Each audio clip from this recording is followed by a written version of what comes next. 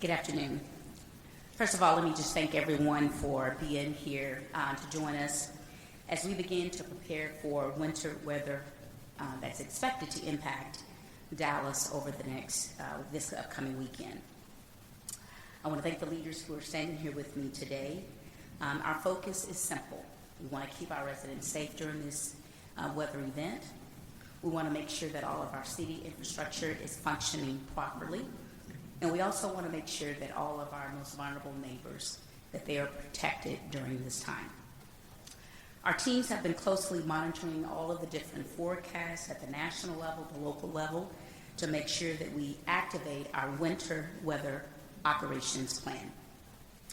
This plan allows for us to coordinate efforts across public safety, transportation, including our aviation department, all of the work that we do around homeless services, and our critical infrastructure.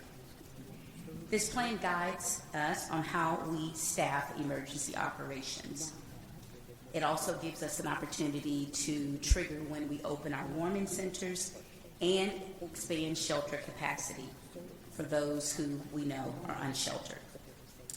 What you will hear shortly are from the day's leaders who will be working around the clock during this weekend to ensure that our operations plan is moving forward effectively and successfully. Kevin Oden, our Director of Emergency Management and Crisis Response, will discuss the operation planning efforts and will talk about all the activities that are related to that plan. Our Director of Transportation, Gus Concarly, will discuss how we prepare all of our streets and our highways during inclement weather. Sarah Standiford, the Director of Dallas Water Utilities, will talk and give you guidance on how to protect your water pipes at home and your businesses during this period. And Paul Ramon, the Director of Animal Services, will talk about how to keep your pets safe. You will also hear from Fire Chief Justin Ball on our fire planning departmental efforts. Chief Como will talk about the work that we will be doing within the Dallas Police Department during this time period. Cliff Gillespie with our Dallas Sanitation Department will also give you updates on how we will be handling collections. And Lauren Rounds with Dallas Love Field will also talk about the work that is underway to ensure that we have all of our air safety precautions in place at Dallas Love Field. As I mentioned earlier, this is truly a team effort. Our city departments continue to work in alignment with all of our regional partners, our nonprofits, and our private providers to ensure that we have the capacity to respond effectively. We also want to make sure that we're looking at ways that we can alleviate and reduce the strain on our city resources during this time and ensure that we serve the residents of Dallas who might be impacted by freezing temperatures and precipitation. We will continue throughout this weather event to provide you with updates. Through our operations planning team, they ensure that our coordination and our connectivity with all of our other partners, that it's in place, and we will also be sharing information throughout all of our social media networks. We will be available after you hear from those individuals with any questions. And again, thank you so very much for being here today. We appreciate you taking the opportunity to help us share this information broadly with the residents of Dallas. And with that, I'll turn it over to Kevin Oden, our Director of Emergency Management and Crisis Response.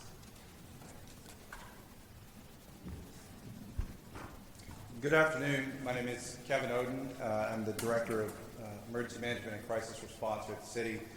Thank you, City Manager, for the opportunity, and also Chief Artis, our Chief of Public Safety, for his support and guidance.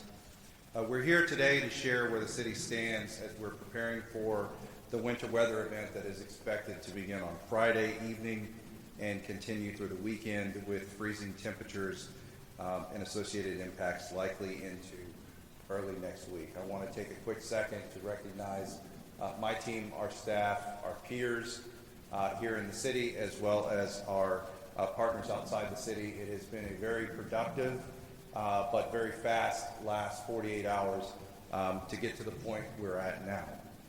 So right now the city is in a pre-incident posture. And I want to emphasize that, again, for the last 48 hours, we've been preparing both early and deliberately. Here's what the city is doing as we move forward. The Emergency Operations Center is expected to activate Saturday morning at 7 a.m. to coordinate and monitor any impacts and transition to citywide response. The Transportation and Public Works has crews that are being pre-positioned with resources in order to scout bridges, overpasses, and prepare their ice force teams, which consist of 50 standing vehicles, to take care of any slick spots or hazardous City of Dallas roadway conditions. Our Dallas Police and Fire Rescue departments are fully staffed and operating under their normal severe weather protocols. Our utilities and infrastructure partners that include Encore, Atmos Energy, Dallas Water Utilities, and others all have crews that are staged and ready to respond to any infrastructure outages that are affected as of this event. Sanitation, our city facilities department, our IT, aviation, and other core departments have all adjusted their operations to maintain essential services through and during this weekend. And then next, our inclement weather shelter operations, which will be operated by the Austin Street Center and their partners, will open at Fair Park on 4 p.m. Friday and will remain open while freezing conditions persist. The Dallas Street Response teams will operate Friday through Sunday to transport any unsheltered residents to that shelter, and that is all coordinated through the 311 system. We set up a request where folks can get transportation to that shelter. We dispatch teams, they're picked up and then transported over there. And then equally important as that is our crisis intervention teams are preparing to be able to conduct welfare checks and outreach to any of our vulnerable residents that might be affected during this storm. So equally important to what the city is doing is what our residents can continue to do to stay safe. If you don't have to travel, especially during icy conditions, we encourage residents to not do that. Road conditions can definitely deteriorate quickly. We encourage our residents to prepare their homes both tonight and tomorrow, protect exposed pipes, check their heating systems, and we're able to have supplies on hand. We encourage residents to do that. We also encourage checking on neighbors, seniors, and anyone who may need assistance during this extreme cold event, and report to the city if there's any areas where we can help with those residents. If you experience a power outage, please report it directly to your utility provider. For Encore customers here in Dallas, the number is 888-313-4747. And then obviously if anyone you know or if you see someone that needs assistance, either getting to shelter or being provided outreach or support by the city, please report that to 311. And in closing, we're continuing to coordinate closely with all of our regional partners, other cities, the state, et cetera, and we will continue providing updates as the conditions evolve. Our main focus is protecting life, maintaining our critical services, and responding quickly to any impacts that occur. And with that, I'll turn over next to Director Concarly of the Transportation and Public Works Department. Thank you, Director Oden. My name is Gus Concarly, Director of the Department of Transportation and Public Works. So we at the Department of Transportation and Public Works, we're taking a three-pronged approach in three areas. Number one is we're coordinating with our contractors who are constructing our roadways to try to clear the roadways and coordinate any activities. And also the second approach is certainly the street operations and then the traffic operations. So the Transportation and Public Works Department will lead the road treatment with the Dallas Water Utilities providing support. Trucks will be monitoring roads and bridges and will be pre-treating with and sand as necessary. The city will provide sanding operations only on major thoroughfares, along public transit routes, and around medical and critical facilities. We do not sand residential streets unless requested by Dallas Police Department and Dallas Fire Rescue in case of emergency. The city will actively monitor this weather event and will adjust the resources as needed. As always, travelers, as was mentioned before, are encouraged to pay attention to road conditions and minimize non-essential trips during the predicted inclement weather. As noted before, the city will pre-position technical staff to be available during the event to address the traffic operation interruptions as well as the sanding operation. The efforts will concentrate on bridges, overpasses, inclines, and intersections of major thoroughfares. And then we will also provide the response to dark bus routes and other areas critical to public safety, such as hospitals and fire stations. On the traffic operations side, in case there is a power outage and the traffic signals are not operational, please treat the intersections as multiple way stop signs before proceeding through the intersections. And if there is any issues with any traffic signals, the public should report non-working traffic signals by calling 311 for non-emergency service requests. Additionally, the city is reminding all property owners to turn off their residential and commercial sprinkler systems and to know where their auto shut-off valves are in order to minimize impacting the roadways and the surrounding areas. With that, I'll turn it over to Director Standifer if there is anything on the Dallas Water Utility side.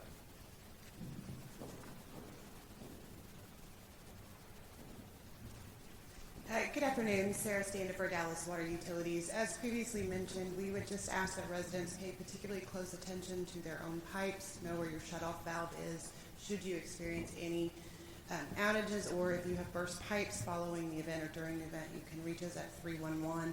We will dispatch crews and we'll continue to provide support throughout the city as the event continues.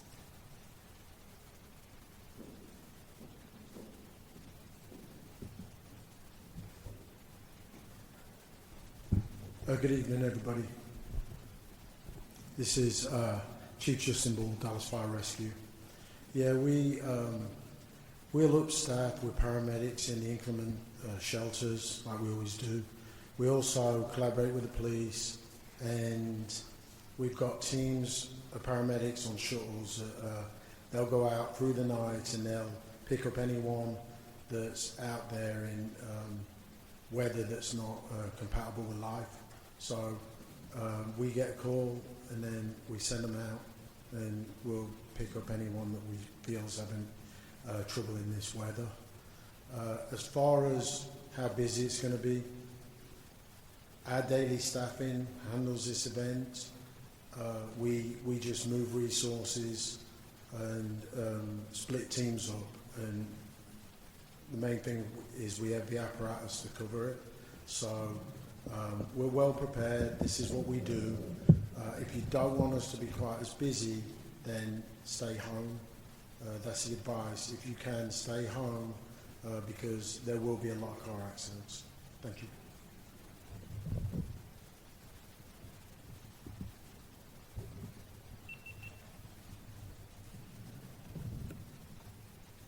As so many have already said, we'll be here to serve and protect everyone in the city of Dallas. We'll do our job to keep everyone safe as we attempt to do every single day. One of the biggest things, like Chief Ball just said, if you don't have to go outside, please don't. That way we can make things go a whole lot smoother when it comes to safety for the city. We're going to be working with DFR on a regular to make sure that everyone is safe. We'll be fully staffed and ready to take on anything that we need to. Thanks.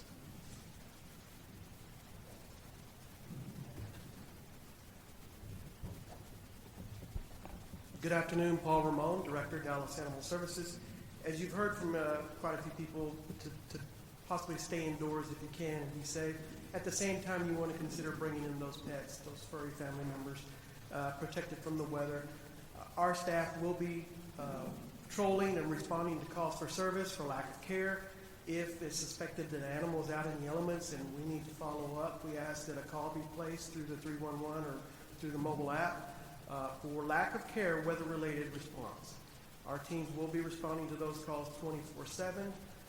We are available to support as well the housing of the unsheltered for those who have pets. We have teams that are stood up and ready to go to support that effort as well. So our team, as usual, will be responding to these calls 24/7.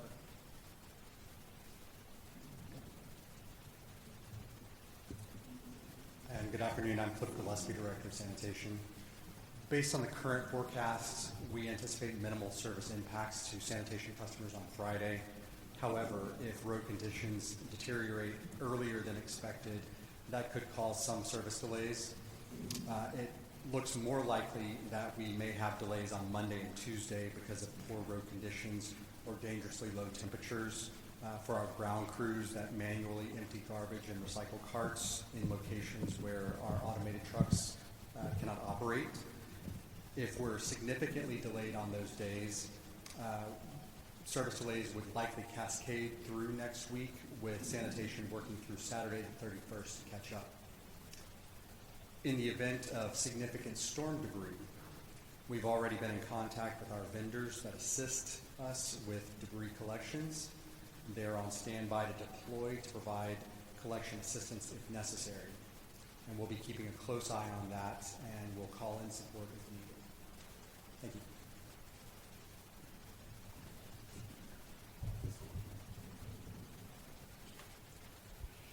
So thank you very much to all of our city, the leadership team. And at this time, we are open to taking questions that you might have regarding our planning and operational efforts for this weekend. Thank you so much.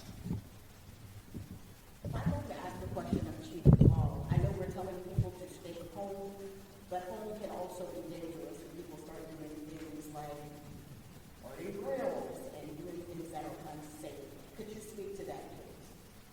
Yeah, when I said stay home, I did mean be safe at home. Just, you know, the roads will be really icy, and in our experience, there's a lot of wrecks on the highways, even if they're driving slow. So that's the advice. As far as inside the home, you know, we know you've got to keep warm, but be mindful if you're going to start your fireplace, open the draft, or the carbon monoxide will come in the house. Don't start warming fires inside the house, and again, no cooking on the balcony. Candles. If the power does go out, don't rely on candles for light. And if you do, don't go to sleep with them still on, and don't have them near flammable material. You have to be mindful, especially when the power goes out. That's your question. Yes. Good. Because we know that, but every year we will see people do things like bring grills into the garage. And it's my question really was, how concerned are you about the things people sometimes do at home to stay warm? Yeah, no, you're right. Mine's maybe for Dusty. Did you say that you are pre-treating the roads and also will have sanding trucks at the ready?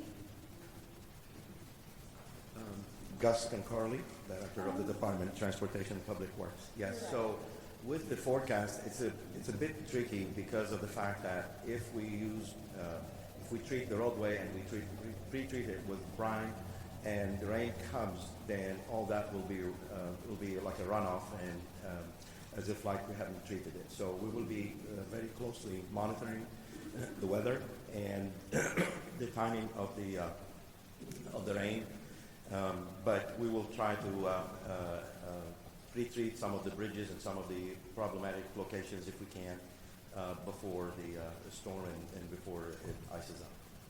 And then sanding trucks. And then the sanding trucks will be definitely after, 24/7. We're going to go into 24/7 operations starting Friday afternoon.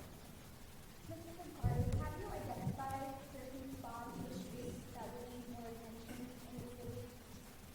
So this is part of the evaluation right now. So we're going to be getting with first responders and the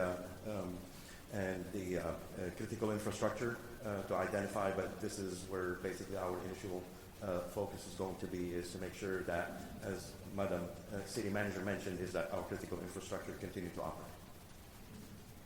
I have a question, Mr. Odin. Could you talk about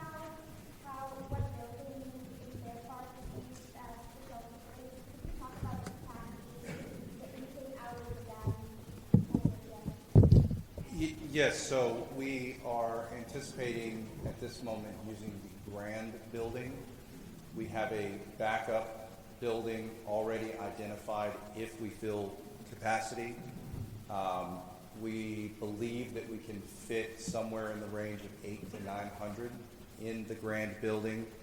And if we have to go further, we've had those discussions with partners to do that. We certainly believe that everyone is set up for success with that.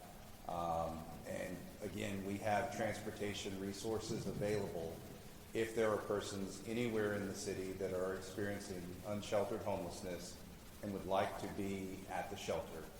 We can get to them, we can provide them transportation, and make sure that they are safely cared for during this event. We have a lot of people in North Texas.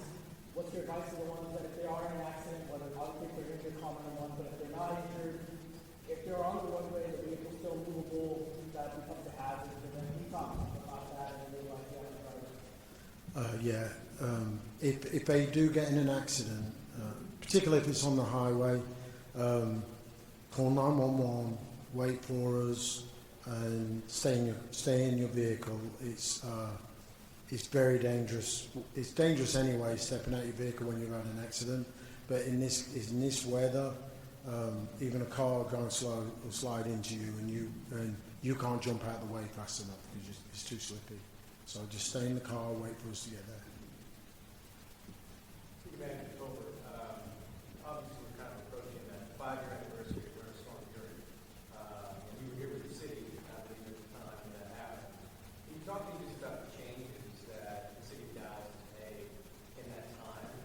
And then the secondary question here is, have you instructed all departments to be ready to add additional staff in case something were to happen that was needing additional resources? Thank you so very much. So let me first of all say that every time that we've gone through a weather event like Storm Uri, there are so many lessons learned, and I want to give credit to this team for the work that they have provided in ensuring that the lessons that we've learned, whether it was coordination, whether it was lack of ongoing communication that we needed to have out into the community, whether that was also how we communicated with our elected officials and our other external partners. And so we have the systems in place to make sure that those communication chains, the feedback, and that ongoing engagement that we need to have out in the community, that it's intact.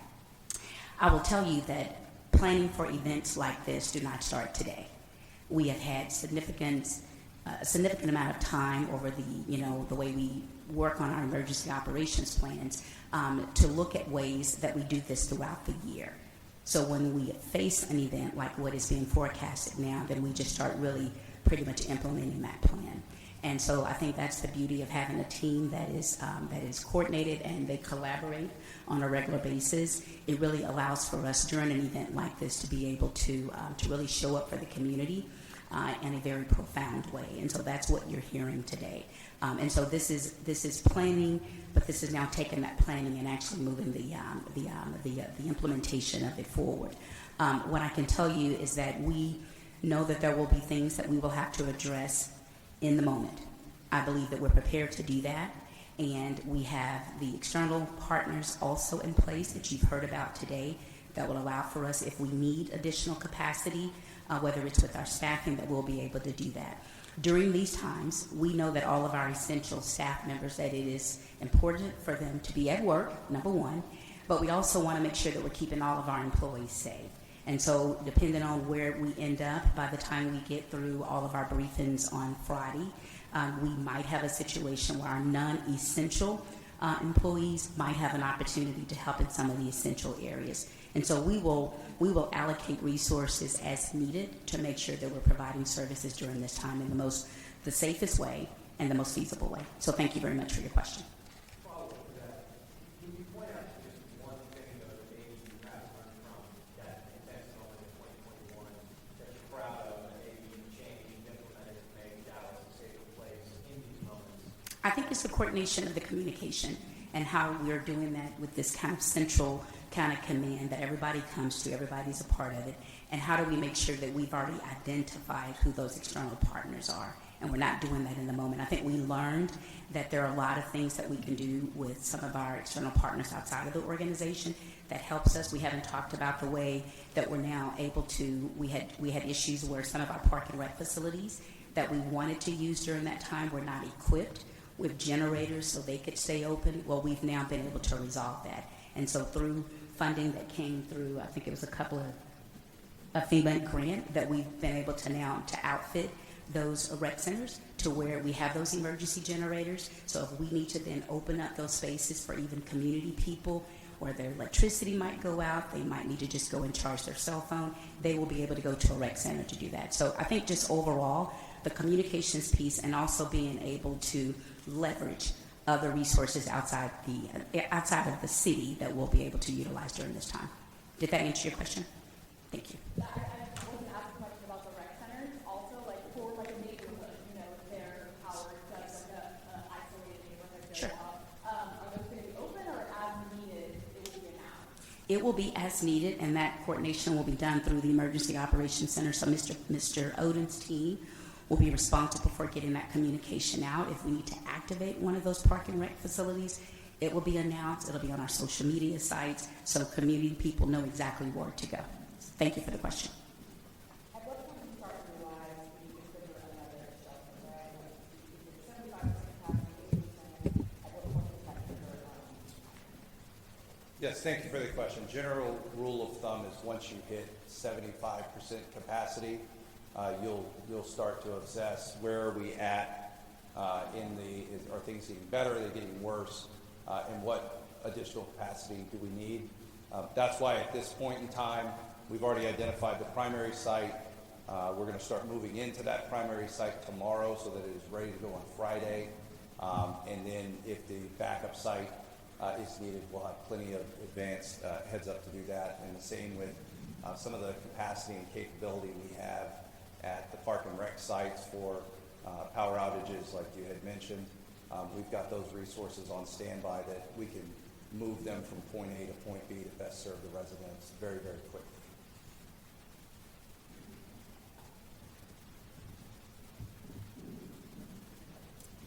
And so if there are no more questions, that concludes today's press event. And thank you all again for participating. And feel free if there are any additional questions that you would like to ask individually, we'll be more than happy to respond. Thank you very much. Y'all stay safe.